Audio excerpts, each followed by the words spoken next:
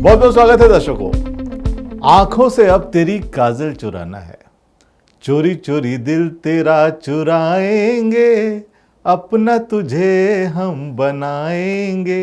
एक गाना और है, चुरा लेना तुमको ये मौसम सुहाना, खुली वादियों में अकेली न जाना। ये सारे गाने आजकल दिल्ली में बज रहे हैं, पता है आपको? आपके विधायक नॉट रिचेबल हैं और रिच मैन यानी कि अदानी ने चोरी से नई दिल्ली टेलीविजन कंपनी के दिल में घर कर लिया है। नई दिल्ली टेलीविजन कंपनी यानी कि एनडीटीवी के संस्थापक प्रणव राय बताते हैं कि हमको खबर भी नहीं हुई और हमारी हिस्सेदारी अदानी ने खरीद ली। दोस्त बनकर डाका डालने या दोस्ती करके दोस्त की बीबी या पति पर डोरे डालने वाली बहुत सारी फिल्मी कहानियां तो आपने देखी होंगी। जुदाई फिल्म की नायिका तो धन दौलत के लिए अपना पति ही बेच देती है। और पुरानी फिल्मों में आपने देखा होगा कि लाला किस तरह कर्ज के जाल में फंसाकर रामू की दुकान पर कब्जा कर लेता है। तो इन दिनों ये खेल सिर्फ राजनीति या सरकारों में ही नहीं चल रहा, बल्कि ये अब तमाम कंपनियों में भी जारी है। अभी कुछ दिनों पहले हम ट्विटर के बारे में यही सब पढ़ सुन रहे थे। शेयर मार्केट या ओपन मार्केट से फंड जुटाने वाली कंपनियों की स्थिति इसी तरह डामाडोल रहती है। इसको आसानी से समझिए। अपना व्यवसाय चलाने के लिए एनडीटीवी ने जिससे कर्ज लिया उसी को अदानी ने अपना बना लिया। तो अब एनडीटीवी अदानी का कर्जदार हो गया। अब एनडीटीवी भले ही ये कहे कि उन्होंने अदानी से कर्ज नहीं लिया, लेकिन जिससे लिया वो तो अदानी से ले रहा था ना। तो एनडीटीवी मामले का मुकेश अंबानी से भी कनेक्शन है, क्योंकि विश्व प्रधान कमर्शियल प्राइवेट लिमिटेड यानी कि वीसीपीएल पहले अंबानी के पास थी और बाद में इसका मालिकाना हक कई कंपनियों के हाथों से होते हुए अदानी समूह के पास चला गया। ये वैसा ही है जैसे अदानी ने सरकारी बैंकों से कर्ज लिया और तमाम सरकारी कंपनियों को खरीद लिया। और ये सब तभी संभव है जब वो कंपनी शेयर मार्केट में लिस्टेड हो और पब्लिक या कारपोरेट शेयर से अपना काम चला रही हो। ऐसे में जो ज्यादा शेयर खरीद लेगा कंपनी उसके अधीन हो जाएगी। तब आप चाहे या न चाहे आपकी कंपनी में कोई भी अपनी हिस्सेदारी बढ़ाकर उस पर कब्जा कर सकता है। तरीके बहुत सारे हैं। क्या कहा? हमारे वीडियो एडिटर पाटिल कह रहे हैं कि अब समझ में आया कि मोदी जी क्यों तमाम सारी सार्वजनिक कंपनियों, सरकारी कंपनियों को शेयर मार्केट से जोड़ देना चाहते हैं। सही कहा पाटिल। ये बिल्कुल विधायक खरीदकर डराकर सरकार बना लेने जैसा आसान गेम हो गया है। केजरीवाल आरोप लगा रहे हैं कि उनके विधायकों को करोड़ों का लालच दिया जा रहा है। इसके पहले उद्धव और उसके भी पहले कमलनाथ ये बात बोल चुके हैं। तेजस्वी यादव कहते हैं कि बीजेपी जब डरती है तो अपने 3 दामादों यानी कि सीबीआई, ईडी और आईटी यानी इनकम टैक्स को आगे कर देती है। उन्होंने कहा कि विश्वास मत वाले दिन अपनी झेप छुपाने के लिए यहां वहां छापे मारे गए।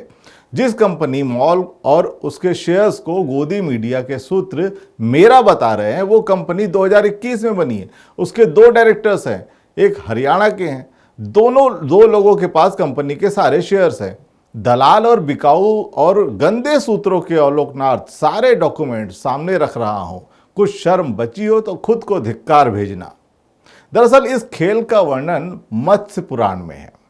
इसमें मनु को बताया गया कि किसी को अपने पक्ष में लाने या उस पर विजय पाने के 4 तरीके हैं। पहला है साम यानी कि झूठी तारीफ या प्रशंसा करके। दूसरा है दाम देकर यानी कि जो तारीफ से न माने या फुसलाया न जा सके उसको रुपए देकर खरीद लो। और तीसरा है दंड देकर यानी कि तारीफ और धन के लालच से भी अगर वो ना फंसे तो उसको दंड नीति से वश में करना चाहिए, क्योंकि इस डर से वो जरूर आपके पक्ष में आ जाएगा। और जो इन सब में ना फंसे उसे भेद नीति यानी कि क्रोध पैदा कराकर उसकी जाति में भेद उत्पन्न कर दे और प्रयत्न पूर्वक अपने जाति भेद की रक्षा करें। इस प्रकार उन्हें फोड़ लें तथा फूट जाने पर उन्हें अपने वश में कर लें।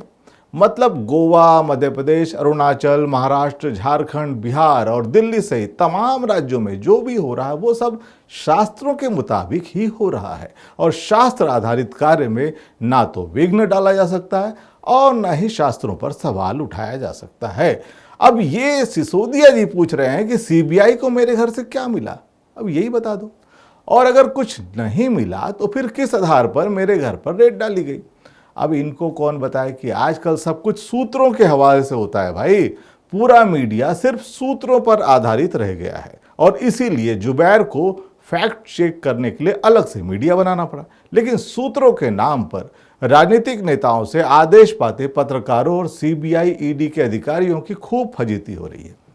इधर झारखंड में सोरेन के करीबी के घर पर छापा मारकर 2 AK-47 जब्त कर ली, बढ़िया फोटो शोटो भी करवा ली, लेकिन बाद में पता चला कि वो तो राज्य पुलिस के 2 लापरवाह गनमैन की गन है।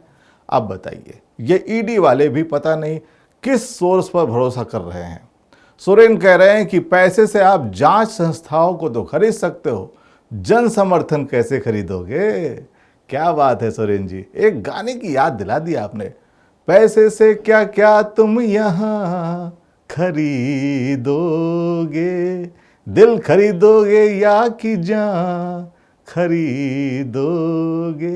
बाजारों में प्यार कहाँ बिकता है, दुकानों में यार कहाँ बिकता है। आपने गाना सुना होगा।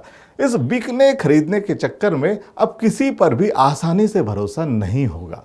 विपक्ष कह रहा है कि लोगों को अब सीबीआई, ईडी जैसी संस्थाओं से भरोसा खत्म हो रहा है। मीडिया तो पहले ही भरोसा खो चुका है, न्यायपालिका भी लगभग उसी राह पर है। दरअसल इन संस्थाओं से ये सब करवाए जाने के पीछे मकसद भी यही है कि इन पर से विश्वास खत्म हो जाए। सिसोदिया ने कहा कि केंद्र सरकार जितनी मेहनत दूसरी राज्य सरकारों को गिराने, कब्जाने में कर रही है, उससे कम मेहनत में स्कूल, अस्पताल बन जाते, विकास हो जाता। विकास, वैसे बकवास शब्द में भी विकास शब्द का आभास होता है ना। सुप्रीम कोर्ट के मुख्य न्यायाधीश ने कहा कि भाषण बहुत हो रहे हैं लेकिन राष्ट्रीय महत्व के मामले में कोई कार्रवाई नहीं हो रही है।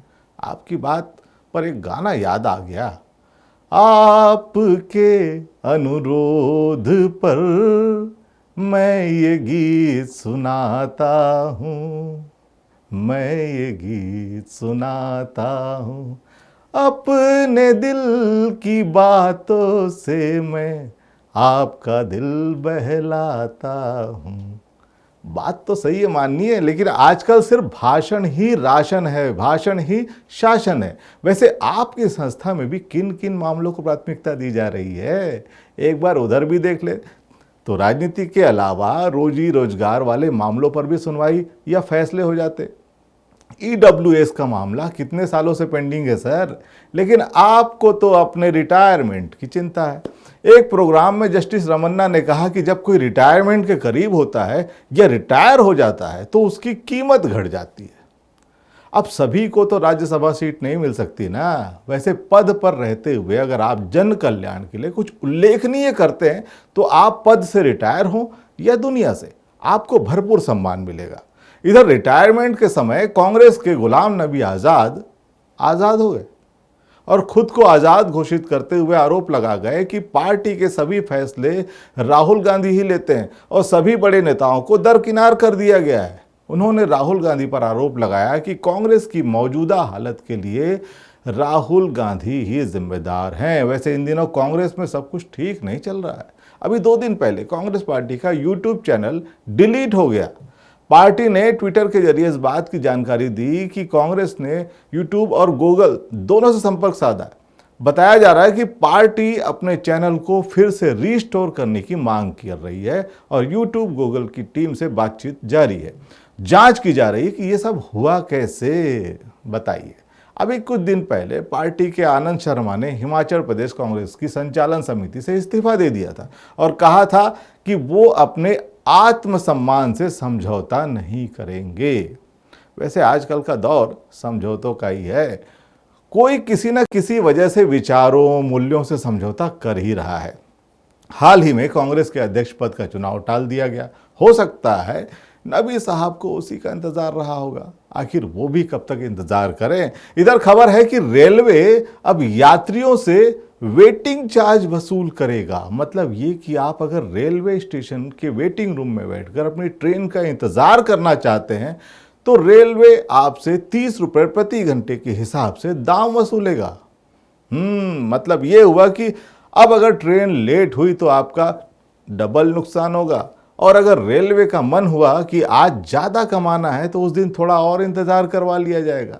अब आप अल्ताफ राजा की वो कव्वाली नहीं गा पाएंगे, इश्क और प्यार का मजा लीजिए, थोड़ा इंतज़ार का मजा लीजिए। अब ट्रेन टाइम पर ना पहुंचे तो आपकी खैर नहीं। वैसे सही टाइमिंग बहुत ज़रूरी है।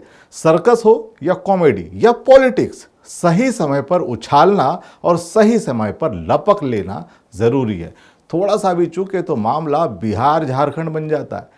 बिलासपुर की खबर एक छपी है कि घर में पूजा कराने आए 2 पंडितों ने दक्षिणा ली और साथ ही घर के 2 मोबाइल भी चुरा कर निकल लिए। ये दोनों पंडित अपने यजमान सोमेन राय के घर वास्तु दोष दूर करने की पूजा कर रहे थे। फिलहाल ये दोनों पकड़ के बाहर है। वैसे यजमान जी, वास्तु दोष की पूजा करने के पहले अगर आप घर में सीसीटीवी लगवा लिए होते तो ये दोनों पंडित अब तक पकड़ा जाते। हो सकता है चुराए मोबाइल की ट्रैकिंग से भी पता चल जाए। वैसे इन दिनों शायद इसीलिए मध्य प्रदेश का ओबीसी समाज कई स्थानों पर कस्में खा रहा है कि ब्राह्मणों के हाथों से पूजा पाठ या कोई भी काम नहीं करवाएंगे। खैर, अब कौन दगा दे, कौन धोखा दे जाए, कोई नहीं जान सकता, लेकिन सावधानी जरूरी है। नागपुर की एक ऐसी घटना में एक व्यक्ति ने मकान की पूजा की और भोज में अपने दोस्त को पूरे परिवार सहित आने का न्योता दे दिया। इधर दोस्त अपने घर पर लॉक लगाकर परिवार सहित उसके घर पर भोजन करने पहुंचा। उधर उस व्यक्ति ने उसी दोस्त के घर पहुंचकर गहने और रुपए पर हाथ साफ कर लिया। दोस्त ने बहाने से दोस्त का घर लूट लिया, लेकिन सीसीटीवी से सारा राज खुल गया। बहरहाल कई उपकरण अब बाजार में आ गए हैं जिससे आप अपनी सुरक्षा मजबूत कर सकते हैं, लेकिन कुछ उपकरण आपकी निजी सुरक्षा और निजता के लिए खतरा भी बन सकते हैं। आपका मोबाइल फोन भी आपकी जासूसी कर सकता है। कुछ ऐसे ही सवाल गूगल के सीईओ सुंदर पिचाई से किए गए तो वो सही और सार्थक उत्तर नहीं दे पाए। इधर ऐसे ही सवाल राहुल गांधी ने पेगासस सॉफ्टवेयर को लेकर सरकार के समक्ष उठाए थे। इस पर संसदीय समिति ने जांच की, लेकिन सरकार की ओर से समुचित सहयोग न मिलने का आरोप भी लगा दिया। मतलब ये कि आपका जीवन उतना निजी नहीं है जितना आप समझते हैं। कोई है जो सब पर नजर रखता है। कहते हैं ना, ऊपर वाला सब देख रहा है। खैर, ऊपर वाले से याद आया, इन दिनों भगवान की जाति पर भी चर्चा होने लगी है। जवाहरलाल नेहरू यूनिवर्सिटी की कुलपति शांतिश्री धुलपुड़ी ने कहा कि मनुष्य जाति के विज्ञान के अनुसार देवी देवता उच्च जाति के नहीं हो सकते। वीसी ने यह भी कहा कि मनुस्मृति के अनुसार सभी महिलाएं शूद्र हैं। महिलाओं को जाति अपने पिता या पति से मिलती है। उन्होंने कहा कि हमें देवताओं की उत्पत्ति को मनुष्य जाति के विज्ञान के हिसाब से जानना चाहिए। कोई भी भगवान ब्राह्मण नहीं है। भगवान शिव अनुसूचित जाति या अनुसूचित जनजाति के हो सकते हैं। बहरहाल हम इस बहस से ज़्यादा जरूरी धरती पर हो रहे जातिगत आचरण की बात को समझते हैं। मध्य प्रदेश में इन दिनों ओबीसी के लोधी समाज द्वारा बड़ी संख्या में ब्राह्मणों का विरोध किया जा रहा है। वहीं पर सोशल मीडिया पर शंकराचार्य और इटावा सांसद की तस्वीरें वायरल हैं। इटावा सांसद जैसे ही शंकराचार्य के पैर छूने के लिए आगे बढ़ते हैं तो शंकराचार्य अपने पैर ऐसे ऊपर उठा लेते हैं जैसे कोई नीचे सांप आ गया हो। दरअसल सांसद महोदय दलित हैं और शंकराचार्य को सर्वशक्तिमान मानकर उनके आशीर्वाद लेने पहुंच गए, जबकि शंकराचार्य खुद उनके स्पर्श से डर गए। मतलब ये कि तस्वीर में शंकराचार्य से ज्यादा शक्तिशाली दलित सांसद ही लग रहे हैं, जिनके छूने मात्र से महान शंकराचार्य अपवित्र हो जाते। पैर छूने से याद आया कि अभी इसी सप्ताह एक खबर आई कि तेलंगाना का मुनिगोड़े विधानसभा सीट पर होने वाला उपचुनाव और भी दिलचस्प हो गया है। कांग्रेस जीत के लिए यहां एक नया दांव आजमाने को तैयार है। निर्वाचन क्षेत्र में कांग्रेस प्रतिनिधियों ने 1 लाख लोगों के पैर छूने की योजना बनाई है। कुछ ऐसा ही नजारा राजस्थान में चल रहे छात्र संघ चुनावों में वहां पर नजर आया, जहां उम्मीदवार अपने वोटर्स के पैरों में लौटते हुए नजर आए।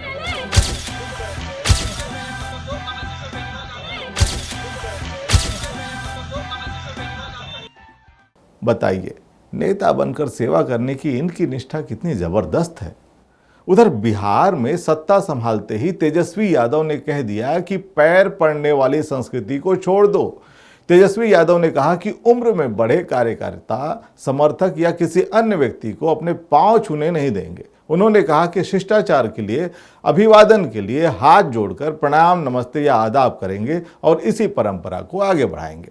तेजस्वी ने सभी मंत्रियों से आग्रह किया कि उनका व्यवहार भी सभी के प्रति सौम्य और शालीन रहे। सादगी के साथ पेश आते हुए सभी जाति धर्म के गरीब और जरूरतमंद लोगों की वो मदद करेंगे। देख रहे हो पाटिल, राजनीति में पैर बड़ा महत्वपूर्ण अवयव होता है। कोई इसको छूकर ऊपर चढ़ जाता है तो कोई इसको खींचकर। खैर, राजनीति तो चलती रहेगी और उनकी खबरों को आपके लिए हम भी लाते रहेंगे। आप बस अपनी उंगली से चैनल का सब्सक्राइब वाला बटन दबा दें और हो सके तो 4 लोगों को इसके लिंक फॉरवर्ड कर दें। बहुत बहुत धन्यवाद।